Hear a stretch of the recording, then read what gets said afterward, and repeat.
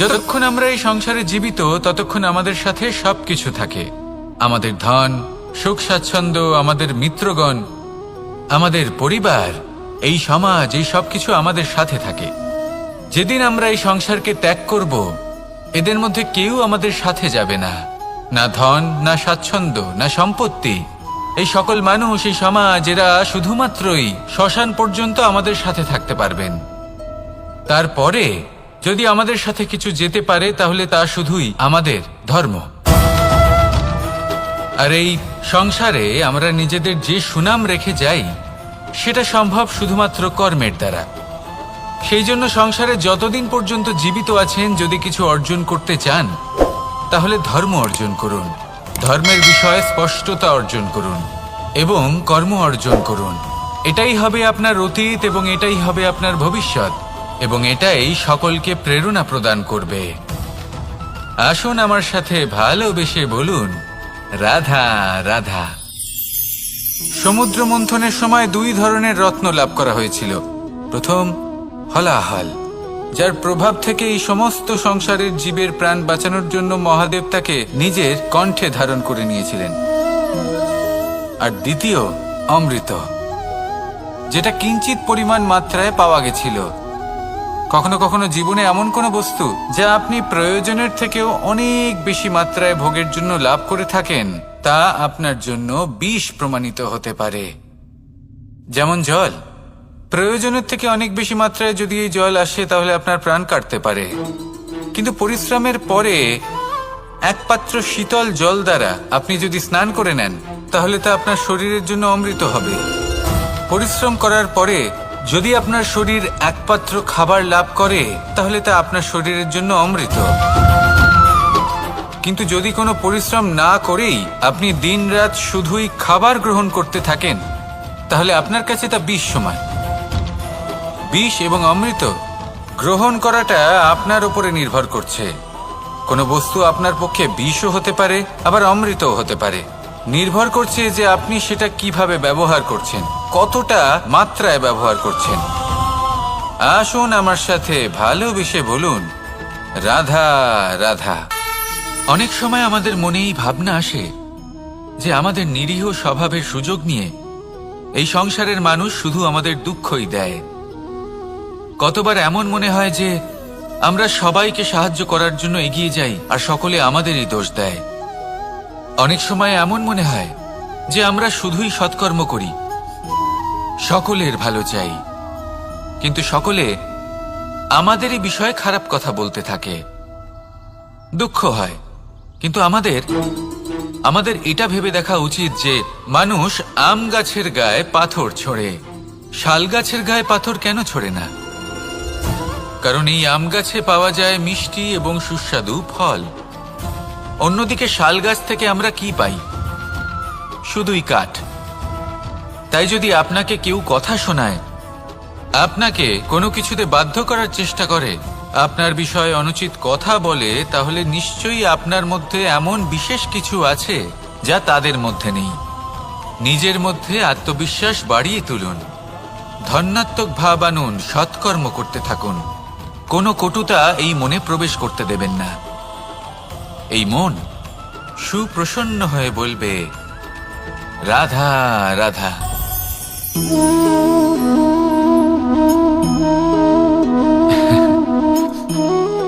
ঘুমের মধ্যে আমরা বিভিন্ন ধরনের স্বপ্ন দেখি, কিছু সুখের, কিছু দুঃখের, কিছু অত্যন্ত ভয়ানক। কিন্তু সত্যি কথা বলতে এর উপর আমাদের কোনো নিয়ন্ত্রণ নেই। কিন্তু আমি এমনও কিছু ব্যক্তিকে দেখেছি যারা খোলা চোখে স্বপ্ন দেখেন এবং তা যাপন করেন। নিজেদের একটা আলাদা স্বপ্ন নগরী আছে ওনাদের, সেখানেই জীবন যাপন করেন। আসল বাস্তবটা কি তাতে ওনাদের কিছুই যায় আসে না। এমন কিছু মানুষ আছেন যাদের কাছে বিন্দুমাত্র জ্ঞান নেই, সে না হয় ঠিক আছে, কিন্তু জ্ঞান এমনভাবে প্রদান করবেন যে মনে হবে সংসারের সমস্ত জ্ঞান তাদের কাছেই রয়েছে। এমন কিছু মানুষ আছেন যারা ভালোবাসতে জানেন না, আর তাও আমি মেনে নিলাম, কিন্তু কথা এমনভাবে বলবেন তাতে মনে হবে যেন প্রেমের বিষয়ে সবকিছু শুধুমাত্র ইনিই জানেন। এবার আমি এমন কথা অবশ্যই বলছি না যে আপনি এরকম করেন, কিন্তু যদি কোনো ব্যক্তি এরকম করেন তাহলে তার এটা মাথায় রাখা উচিত যে সেই ব্যক্তি অন্য কারোর সাথে নয়, নিজের সাথে অনুচিত করছেন।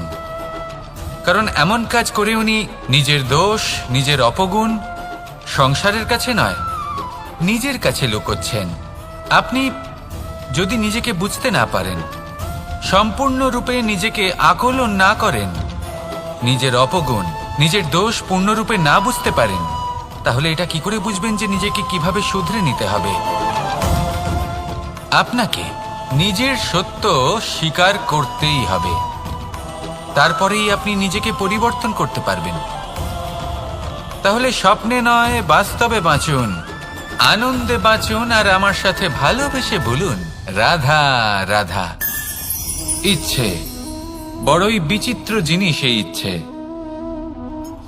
যদি তা পূর্ণ না হয় তাহলে তা ক্রোধকে জন্ম দেয়, যদি তা পূর্ণ হয় তাহলে লোভকে জন্ম দেয়, যদি সময়ের মধ্যে পূর্ণ না হয় তাহলে শোককে জন্ম দেয়, আর যদি সময়ের পূর্বেই পূর্ণ হয়ে যায় তাহলে অহংকারকে জন্ম দেয়।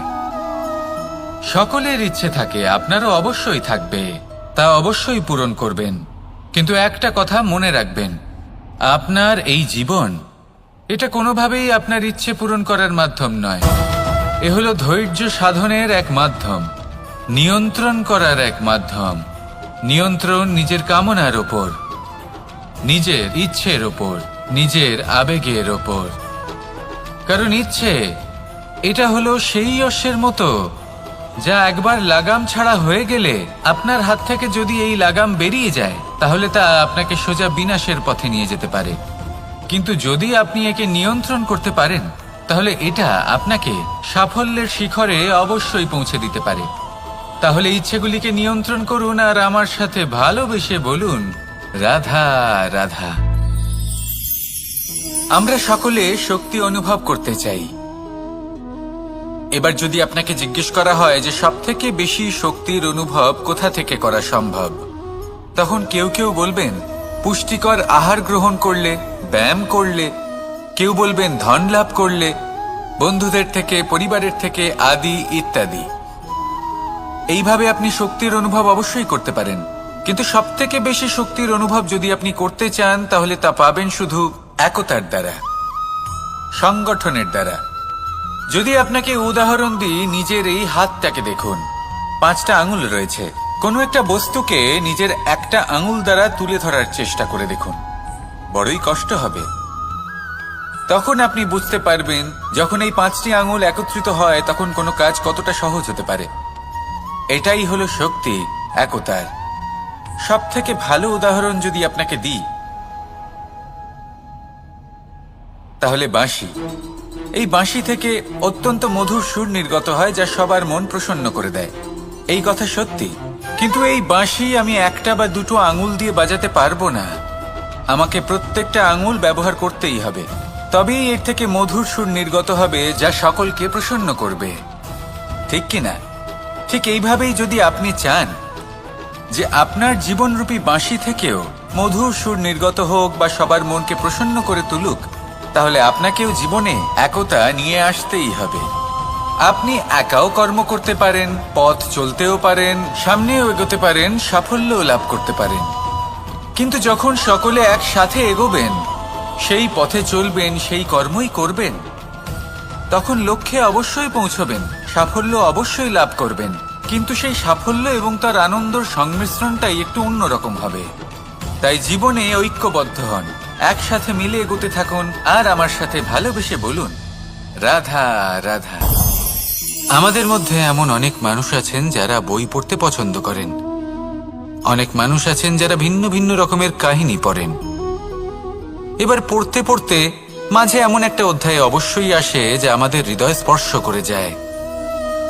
আমরা হৃদয় যন্ত্রণা অনুভব করি, তাও আমরা সেই কাহিনী শেষ পর্যন্ত পড়ি এবং তখন আমরা বুঝতে পারি যে সেই যন্ত্রণাময় অধ্যায়টি কেন এসেছিল, তার থেকে আমরা কি শিক্ষা পেলাম, এবং আমরা অবশেষে লক্ষ্যেও পৌঁছলাম।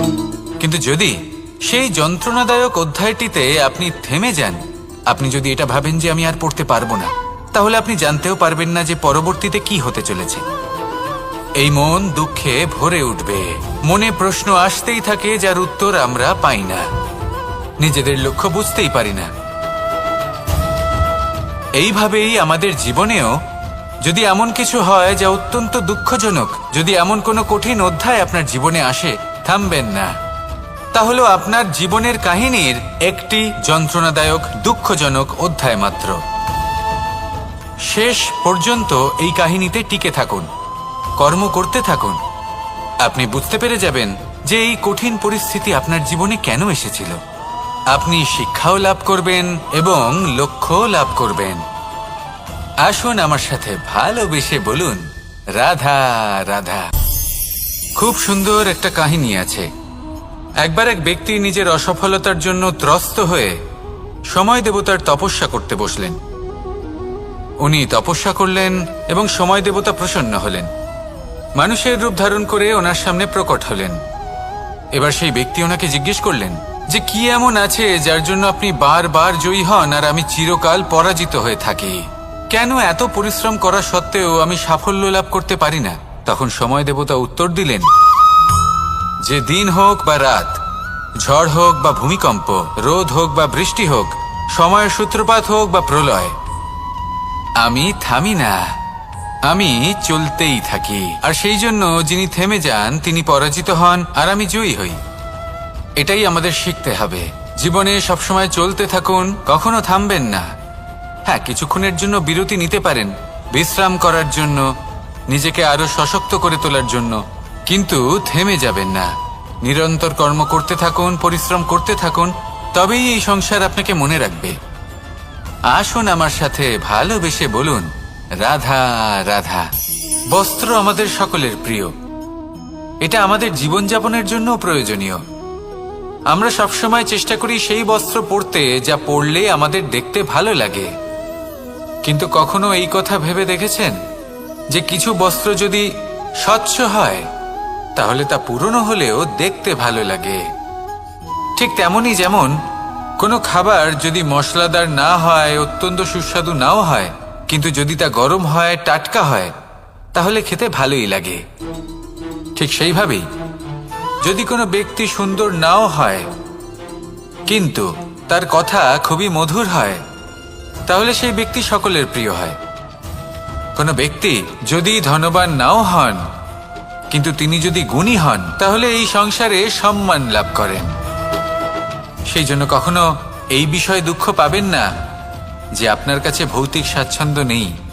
আপনার কাছে সবথেকে বড় বস্তু, সবথেকে মূল্যবান বস্তু যেটা আছে সেটা হলো আপনার আত্মা, আপনার মন, আপনার বিচারধারা, আপনার গুণ, আপনার কথা। এগুলো সবসময় শুভ রাখুন এবং সবসময় নিজের সাথে রাখুন। এই জীবন সফল হবে এবং প্রেমময় হয়ে বলে উঠবে, রাধা রাধা। মানুষের জীবন বড়ই বিচিত্র হয়। যেই মুহূর্তে জন্ম নেয় একটা প্রতিস্পর্ধায় প্রবেশ করতে থাকে। মানুষ জন্ম নেয় আর প্রতিস্পর্ধা শুরু হয়ে যায় ভাই এবং বোনের মধ্যে সর্বশ্রেষ্ঠ হবার, সবার থেকে এগিয়ে থাকার। তারপরে সে যায় গুরুকুলে, নিজের বন্ধুদের মধ্যে সর্বশ্রেষ্ঠ হওয়ার প্রতিস্পর্ধা শুরু হয়। এবার সেখান থেকে বাইরে বেরিয়ে সংসার জীবনে প্রবেশ করে ধন উপার্জনের প্রতিস্পর্ধা শুরু হয়। তা সে যুদ্ধই হোক বা কলা হোক, এই প্রতিস্পর্ধা কখনোই আমাদের পিছু ছাড়ে না। তাই যদি প্রতিস্পর্ধা করতেই হয় তাহলে আমরা মানুষকে সাহায্য করার প্রতিস্পর্ধা কেন করব না? এমন এক প্রতিস্পর্ধা যাতে যে কেউ জিতুক বা যে কেউ হারুক না কেন, লাভ সকলের হবে। সকলের মধ্যে প্রেম বিতরণ করতে থাকুন, এইভাবেই আনন্দ বিতরণ করতে থাকুন। আর আমার সাথে ভালোবেসে বলুন, রাধা রাধা। এবার এই পুরুষার্থের বিষয়ে আপনারা অবশ্যই শুনেছেন, মোক্ষ, চতুর্থ পুরুষার্থ। আপনারা কি জানেন এই মোক্ষ আসলে কি? ধর্ম, অর্থ, কামনার পালন করতে করতে মৃত্যু লাভ করা, এটাই কি মোক্ষ? না, মোক্ষ হলো সেটাই যা জন্ম এবং মৃত্যুর ঊর্ধ্বে। প্রত্যেক ব্যক্তি, প্রত্যেক জীবই সংসারে কোনো না কোনো বিশেষ প্রয়োজনে আসে। ধর্মপথে সৎপথে অর্থ উপার্জন করা, প্রয়োজনকে পূর্ণ করার চেষ্টা করতে করতে সেই প্রয়োজনকে পূর্ণ করা তাকে মুক্তির পথে নিয়ে যায়, যা হলো মোক্ষ। যদি এই মোক্ষ লাভ না হয় তাহলে মানুষ জন্ম এবং মৃত্যুর এই চক্রে বারবার ফিরে আসবে। তাই নিঃস্বার্থভাবে সদ্ভাব নিয়ে কর্ম করুন, সকলকে ভালোবাসুন, আর আমার সাথে বলুন রাধা রাধা। জল এ হলো জীবনের আধার পঞ্চতত্ত্বের মধ্যে একটি, আর অত্যন্ত বিশেষ। এর থেকে অনেক বড় শিক্ষা পাওয়া যায়। এই জল গন্তব্যের বিষয়ে এর স্পষ্ট ধারণা আছে। ও জানে ওর লক্ষ্য কি, আর প্রয়াস করে ততদূর সে পৌঁছেও যায়। এটি পর্বত থেকে বয়ে নিচে নেমে আসে, নদীর সাথে সমাহিত হয়ে তার সাথে বয়ে চলে, চিরসবুজ বনানী গড়ে তোলে, প্রাণীদের তৃষ্ণা নিবারণ করে, সামনে এগিয়ে চলে, মানুষের সাথে মিলিত হয়। যারা একে বাঁধের মধ্যে বেঁধে রাখতে চেষ্টা করে সে বন্দি দশাতেও থেকে যায়, মানুষের কল্যাণ করে। তারপর বাঁধ থেকে মুক্তি পেয়ে এগিয়ে চলে, কোথাও ধাক্কা খায়, কোথাও বাধা পড়ে, কোথাও যদি পথ খুঁজে না পায় তাহলে পথ খুঁজেই নেয়, আর যেখানে পথ থাকে না সেখানে পথ বানিয়ে নেয়, আর শেষ পর্যন্ত নিজের লক্ষ্যে পৌঁছেই যায়, অর্থাৎ সমুদ্রে গিয়ে সমাহিত হয়ে যায়। আমাদেরও কিছুটা এরকমই হয়ে উঠতে হবে। যেখানেই যাবেন সকলের কল্যাণ করুন, সামনে এগোন। আপনি কোথাও পড়ে গেলে, ধাক্কা খেলে আঘাত লাগবেই, উত্থান পতন লেগেই থাকে। সামনে এগোতে থাকুন। কোথাও পথ না পেলে তা খুঁজে নিন, কোথাও পথ না থাকলে তা বানিয়ে নিন। নিজের গন্তব্যের কথা সব সময় মনে রাখুন। শেষ পর্যন্ত নিজের মোক্ষ লাভ আপনি অবশ্যই করবেন। আর আমার সাথে ভালোবেসে বলুন রাধা রাধা। এই সংসারের অন্তের, এর বিনাশের প্রারম্ভ কিভাবে হয়? কোনো যোগের মাধ্যমে, কোনো ভয়ানক অসুরের আগমনে, নাকি প্রকৃতির রাগের কারণে? না, এই সংসারের বিনাশের প্রারম্ভ হয় আমি থেকে। এই আমি, এই তুমি, এটা আমি করেছি, ওটা তুমি করেছো, এটা আমার, ওটা তোমার, আদি ইত্যাদি। এই ভাব যখন মনে বাসা বেঁধে নেয়, সর্বপ্রথম ঘর ভাগ হয়, তারপর বসতি, তারপর প্রাণ, আর তারপর দেশ, আর সবার শেষে সমস্ত সংসার ভাগ হয়ে যায়। আর এই ভাগ হয়ে যাওয়া শেষে মনোমালিন্যে পরিণত হয়। এখন এমত অবস্থায় কি করা যেতে পারে? কিভাবে বাঁচা যায় এই পরিস্থিতির থেকে? কিভাবে দূরে থাকা যায় এই বিনাশের থেকে? উত্তর সেই একটাই, করুণা। একে অপরের দরকারগুলি বুঝুন, একে অপরের সমস্যাগুলি বুঝুন, একে অপরের দুঃখের সাথী হয়ে দাঁড়ান, একে অপরের সুখের ভাগীদার হন। আর শেষে যখন এই আমি আমরাতে পরিণত হবে, তখন এই বিনাশ নিজে থেকেই দূরে চলে যাবে। তাহলে আমরাতে বিশ্বাস করতে শিখুন, আর আমার সাথে ভালোবেসে বলুন রাধা রাধা। এই মুদ্রা, এবারে ভাবুন এটাই আমাদের জীবন, জীবনের সুখ আর দুঃখ। এই মুদ্রার, এই জীবনের দুটি দিক। কিন্তু যখনই আমরা ঈশ্বরের কাছে প্রার্থনা করি তখনই আমরা সুখ চাই, আর সেই সুখ আসেও। আর যখনই সেই সুখ আসে তখন ব্যক্তি সর্বপ্রথম তাকে ভুলে যায় যে দুঃখের সময় ওনার সাথে ছিলেন। আর এমত অবস্থায় উনি সাহায্য করেন না, উনি করেন উপকার। আর এই উপকারের বদলে মানুষের থেকে উনি নিজের জন্য শ্রদ্ধা চান। আর সেই শ্রদ্ধা, সেই চাহিদার কারণে উনি নিজেকে অন্যদের থেকে শ্রেষ্ঠ, অন্যদের থেকে ভিন্ন মনে করতে বিবশ হয়ে যান। আর আলাদা হবার কারণে তার মধ্যে জেগে ওঠে অহংকার, আর সেটাই হয় তার পতনের কারণ। এবার এতে কি করা যেতে পারে? কি চাওয়া যেতে পারে ঈশ্বরের কাছে? এই প্রশ্ন অবশ্যই মনে আসে। ঈশ্বরের কাছে চান সুখ, শুধুমাত্র ততটাই যাতে অহংকার না আসে, আর দুঃখ ততটাই যাতে শ্রদ্ধা না চলে যায়। রাধা রাধা। এই সংসারে এমন কিছুই নেই যা সব সময় একই থাকবে। যা কিছু নির্মাণ হয়েছে তা একদিন অবশ্যই ভেঙে পড়বে, কিন্তু এই ভেঙে যাওয়ার বিশ্লেষণ আপনি কিভাবে করবেন তা আপনার উপরে নির্ভর করছে। ওই আকাশের দিকে তাকান, ওই মেঘ, ওটাও ভেঙে পড়ে, কিন্তু নিজে ভেঙে পড়ার সাথে বর্ষাকে তৈরি করে যায়। মাটির ডেলা অবশ্যই ভেঙে পড়ে, কিন্তু ব্যবহারযোগ্য মাটির রূপ নিয়ে। এই ধরিত্রীর বুকে কোনো এক বীজ যখন ভেঙে পড়ে, তখন ধরিত্রীর উপর এক বিশাল আকারের বৃক্ষ নির্মাণ করে। যদি জীবনে কিছু ভেঙে পড়ে, তাহলে নিরাশ হয়ে পড়বেন না, নিজের সাহস হারাবেন না। ধনাত্মক দৃষ্টিভঙ্গি দিয়ে দেখতে চেষ্টা করুন। মনে করুন, নিয়তি নিশ্চয়ই আপনার জন্য আরো ভালো কিছু ভেবে রেখেছে, যা ভবিষ্যতে আপনার প্রতীক্ষা করছে। ধনাত্মক চিন্তা ভাবনা করতে থাকুন, তারপর দেখবেন শ্রেষ্ঠ রচনা নিজেই তৈরি হবে। রাধা রাধা। চলতে থাকা, থেমে যাওয়া, বিশ্রাম নেওয়া, তারপর দম নিয়ে পুনরায় দাঁড়িয়ে পড়া, আর তারপর আবার সেই পথ চলা। এটা জীবনের অভিন্ন এক অঙ্গ, এটার থেকে আপনি পালাতে পারবেন না।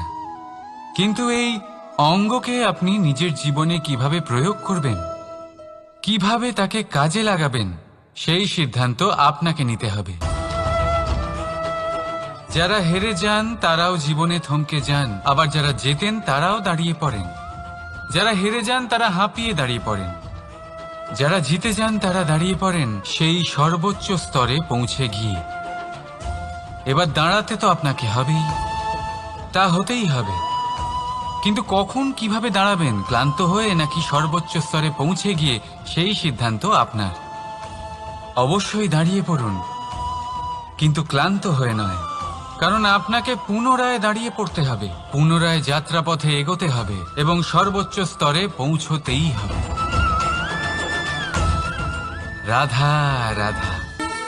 স্বপ্ন, আমরা জীবনে স্বপ্ন দেখতে থাকি, সেটা পূরণ করার পূর্ণ প্রয়াস করে থাকি, কিন্তু এই স্বপ্ন পূরণ না হওয়ার পরিস্থিতিতে আমরা ভেঙে পড়ি, ছিন্ন বিচ্ছিন্ন হই, আর তারপরেই বোঝা আমরা আগামী প্রজন্মের ওপর রীতিমতো চাপিয়ে দিই।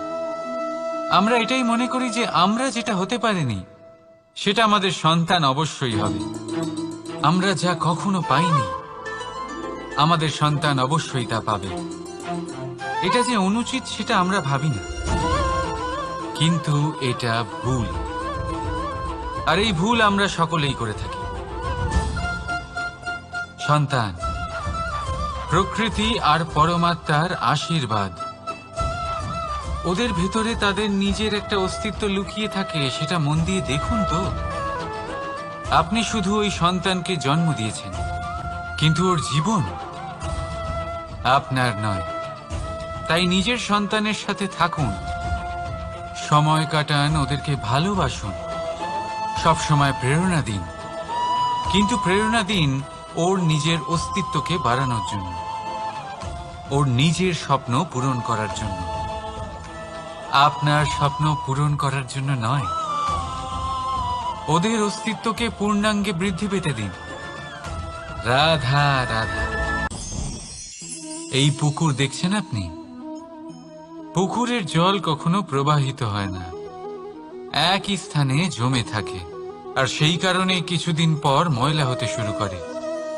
কিন্তু তাও আমরা একে ত্যাগ করি না, আমরা তবুও একে পুজো করি, শুধুমাত্র এই কারণে নয় যে অতীতে সে আমাদের তৃষ্ণা মিটিয়েছে, কিন্তু এই কারণেও যে যদিও বা সে ভবিষ্যতে আমাদের তৃষ্ণা না মেটায়, কিন্তু প্রয়োজন হলে আগুন অবশ্যই নেভাতে পারে।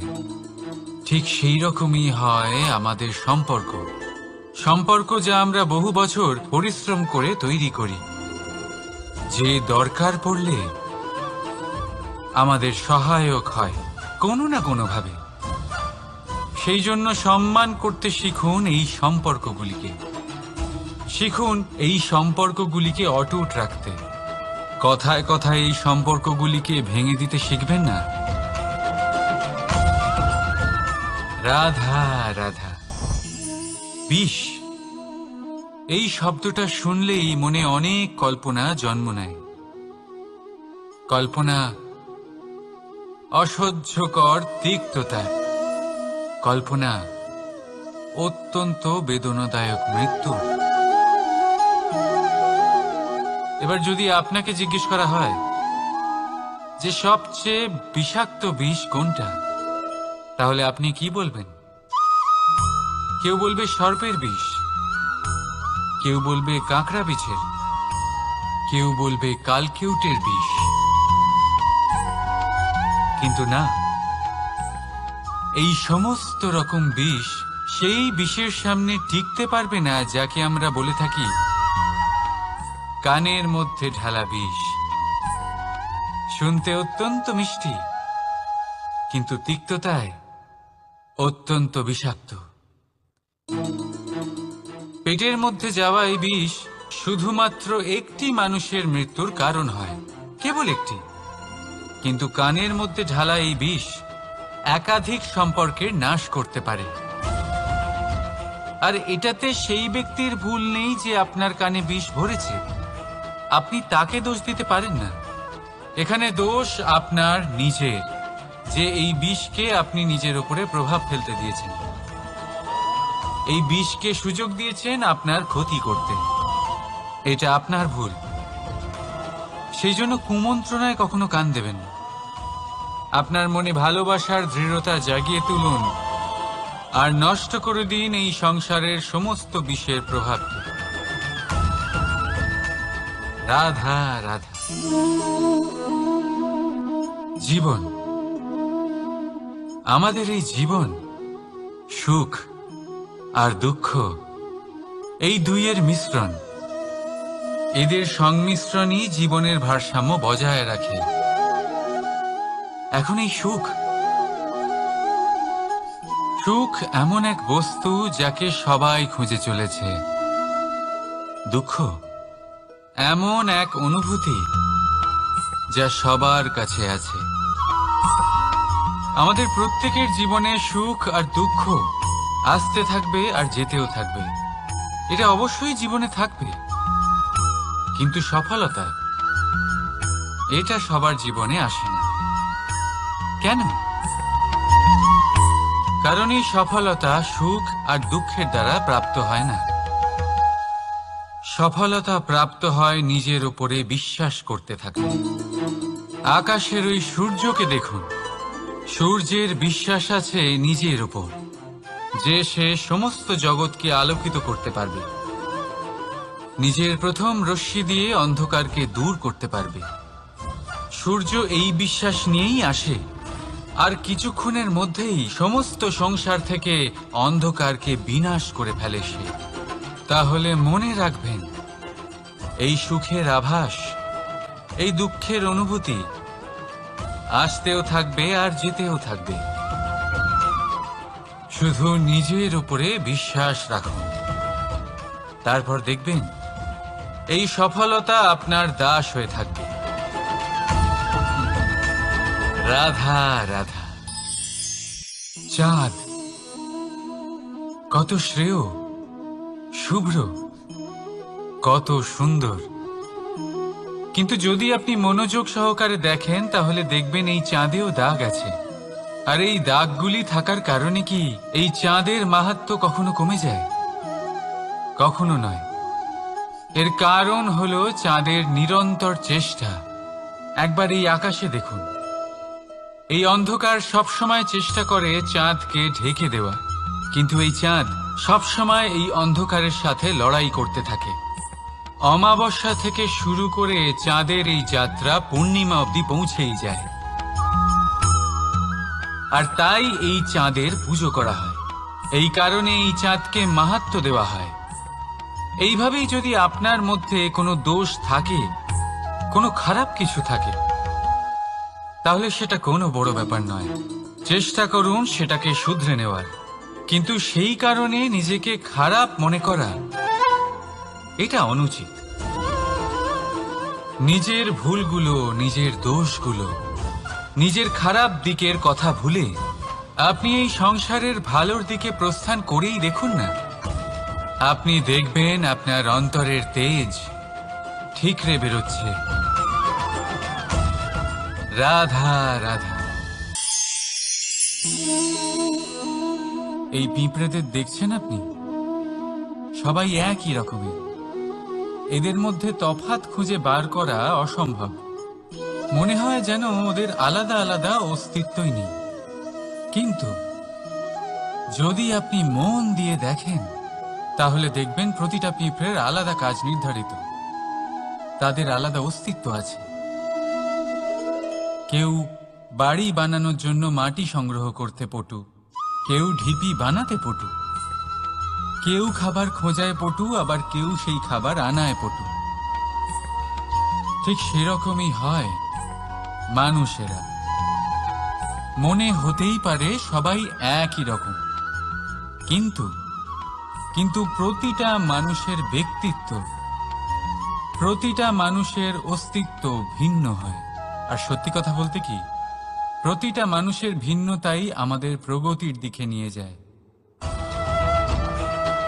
ভাবুন, যদি আপনাকে কারোর সাথে হাত মিলিয়ে চলতে হয়, তাহলে আপনাকে আপনার সোজা হাত তার উল্টো হাতে ধরে এগোতে হবে। এটাই সৃষ্টিকর্তার সৃষ্টির নিয়ম। ভিন্নতা, এই ভিন্নতাকে আশীর্বাদ ভেবে চলুন। এতে কোনো খারাপ নেই। রাধা রাধা। দাদা আমাকে বহুবার জিজ্ঞেস করেন যে, কানাই, তুমি রাধার সাথে এই সংসারকে প্রেম শেখাতে এসেছো, তাহলে কেন তুমি রাধাকে এত বিরক্ত করো? কেন ও তোমাকে বিরক্ত করে? কেন এই ঝগড়াঝাটি হয়? কেন এই টানাপোড়েন চলে? এবার এটার উত্তর আমি কিছুটা এইভাবে দিতে চাই। পিঁপড়ে সেই বাড়িতেই প্রবেশ করে যেখানে মধু উপস্থিত আছে। যদি আপনার বাড়িতে মধু থাকে, কোনো মিষ্টি জিনিস থাকে, মিষ্টত্ব থাকে, তাহলে পিঁপড়ে সেখানে অবশ্যই প্রবেশ করবে। ঠিক এইরকমই হয় আমাদের সম্পর্ক। এর মধ্যে ছোটখাটো ঝগড়াঝাটি, টানাপোড়েন, রাগ করা, মন ভাঙানো, এই সব তো চলতেই থাকে। বিশেষ করে সেই সম্পর্কগুলিতে যেখানে মিষ্টত্ব আছে। মনে রাখবেন, যেই সম্পর্কে কোনো খুনসুটি নেই, রাগ করা, মান ভাঙানো নেই, কোনো ছোটখাটো ঝগড়াঝাটি নেই, সেই সম্পর্ক শুধুমাত্র মস্তিষ্ক দিয়ে পালন করা হচ্ছে, মন থেকে নয়। তাই মন থেকে ভালোবাসতে শিখুন। আর এই ছোটখাটো ঝগড়াঝাটির, এই অম্ল মধুর খুনসুটির আনন্দ উপভোগ করুন, কারণ এতেও ভালোবাসা আছে। রাধা রাধা। এই পুস্তক বড়ই কাজের জিনিস। কাহিনী হোক, কবিতা হোক, স্মৃতি হোক, এতে যাই লিখে দেবেন তা ভবিষ্যতের পুঁজি হয়ে যাবে। কিন্তু যদি কখনো এমন হয় যে এই পুস্তক ময়লা হয়ে যায়, বা যদি কোনো পাতায় আপনি ভুল করে কালি ফেলে দেন, বা কোনো বাক্য লিখতে গিয়ে আপনি ভুল করে ফেলেন, তাহলে আপনি কি করেন? সেই পুস্তক কি আপনি তুলে ফেলে দেন? না, তাই তো। শুধু একটা পাতা ছিঁড়ে ফেলেন, যাতে সেই পুস্তক সঠিক থাকে, সুন্দর হয়ে ওঠে। এই পুস্তকের মতোই হয় আমাদের সম্পর্ক। তার সেই এক পাতা, একটা ভুল, তাই যে কোনো সম্পর্কে যদি কারোর কোনো ভুল হয়ে গিয়ে থাকে, তাহলে সেই ভুলকে সম্পর্ক থেকে দূরে করা সঠিক হবে। সেই ভুলকে ভুলে যাওয়াই সঠিক হবে। সেই সম্পর্ক ভাঙা নয়, সেই সম্পর্ক সামলে রাখুন। কারণ ভুল তো সবার দ্বারা হয়। যদি এরকম করেন, তবেই জীবনরূপী পুস্তক আরো সুন্দর হয়ে উঠবে। একে অপরকে ক্ষমা করতে শিখুন। একে অপরের ভুলকে ভুলে যেতে শিখুন। তারপর দেখবেন এই জীবনে আরো আনন্দ আসবে, আর এই সম্পর্ক নিঃশ্বাস নিতে থাকবে। রাধা রাধা।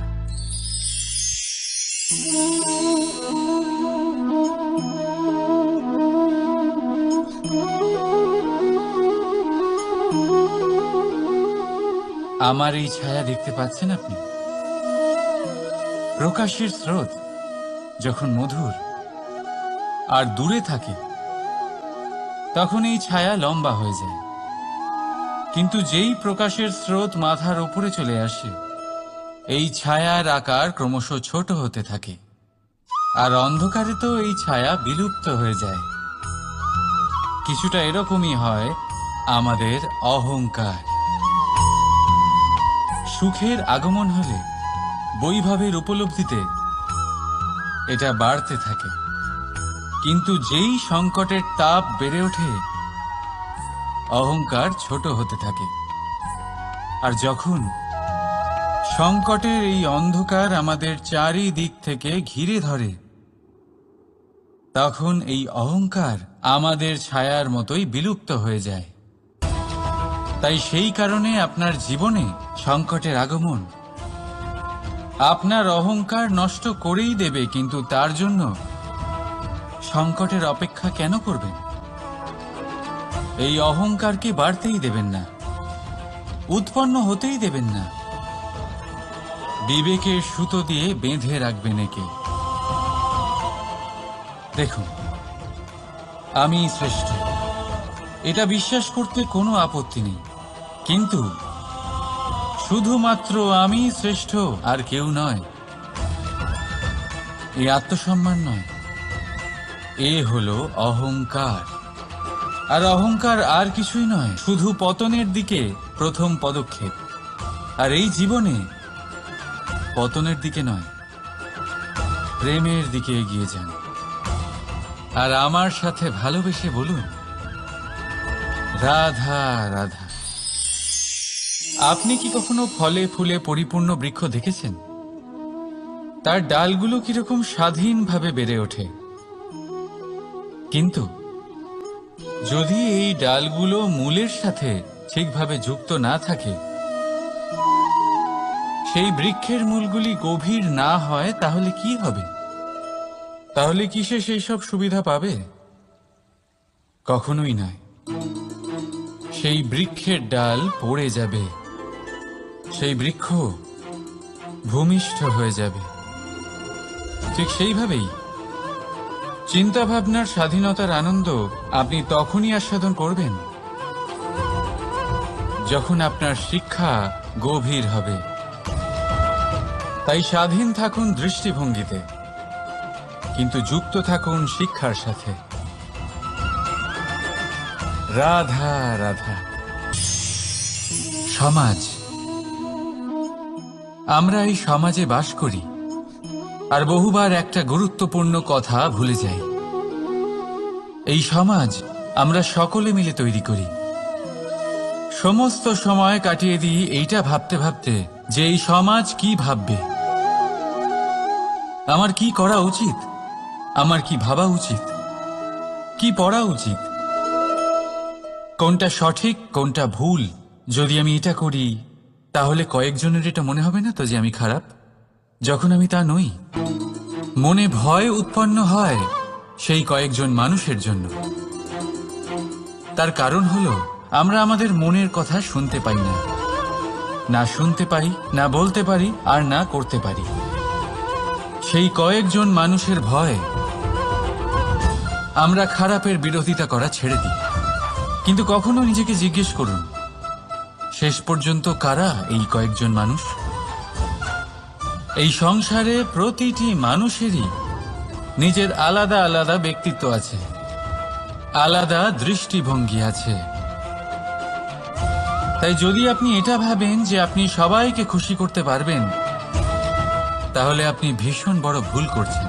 জীবনে কর্ম তাই করুন যাতে আপনার অন্তরাত্মা সন্তুষ্ট হয়, আর অন্তরাত্মা সন্তুষ্ট তখনই হবে যখন আপনার কর্ম শুভ হবে।